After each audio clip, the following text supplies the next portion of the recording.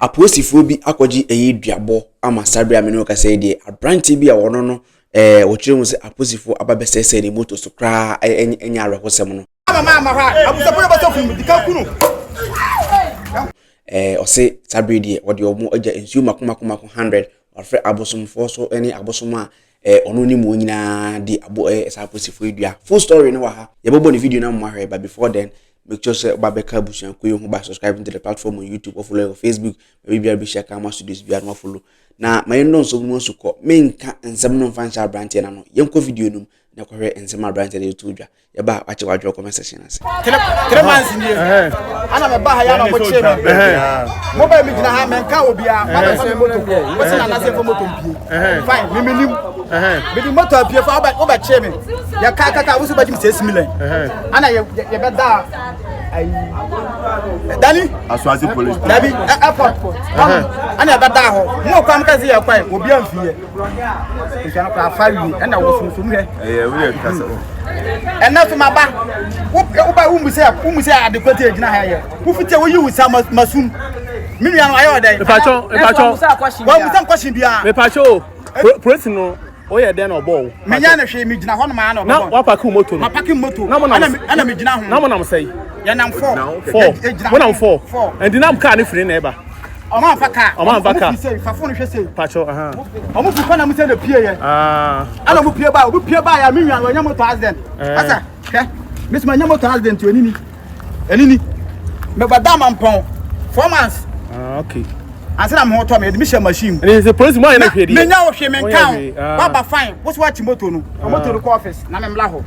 moto na say E2 ba ko okay ba ko na sa moto we na o ma ye na sa no me ka su a me na so na su achemfo na su tano se moto we what the amba beto me ho no ti kwa fa so se moto no e mo okro no and you see wabodua you see wabodua my free so be 100 and wabomudua and the moto ni see on fa bi me fa on fa kura and mi nyina be good cham so engudi cham so okay na namo omo mfo mani mbehwe okay se eyamla sa wo chobi machine ana so chobi ka se na okay emla ni okay nsuo no we ase babru ni ho no na da bosomsom na chichire man no okay enti me kwa sole okay me som bosom abrantie we ono ogina ha no prosifo ayade ama na ye ya pa o se no apake moto no odi chem so na moto re mienu oni ni nua na but no modo so na gina ha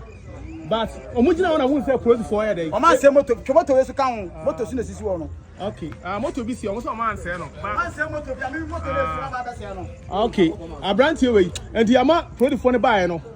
dey omudi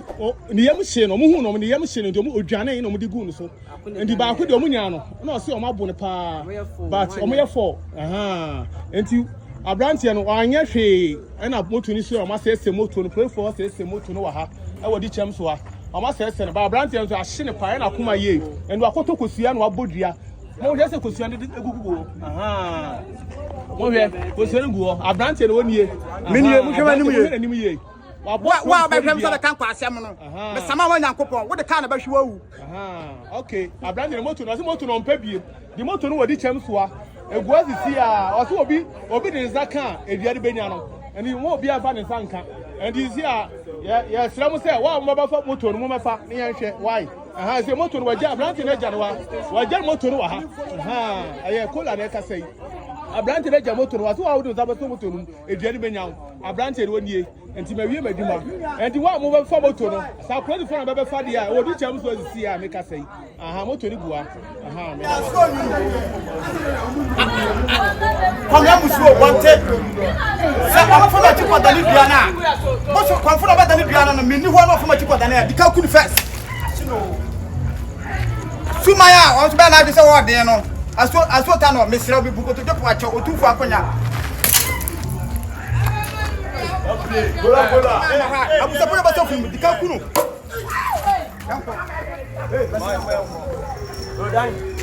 Abodio. Abodio. Pacho. Asama SD chamso anu no. Yɛda wase sɛ wagye brɛ no hɔ Kama Studios full story no ɛna yɛbɔkyerɛ mu no abrante ne chimo positive na pɛsɛ sɛ de moto ama sabre deɛ ɛyɛ arehosem ama ɔno so ɔse wɔno de ɔnkɔ asɔre nti ɔde asɛm nyinaa hyɛ nanom nsa ai na ɔse gwa wo ba bɛfa moto no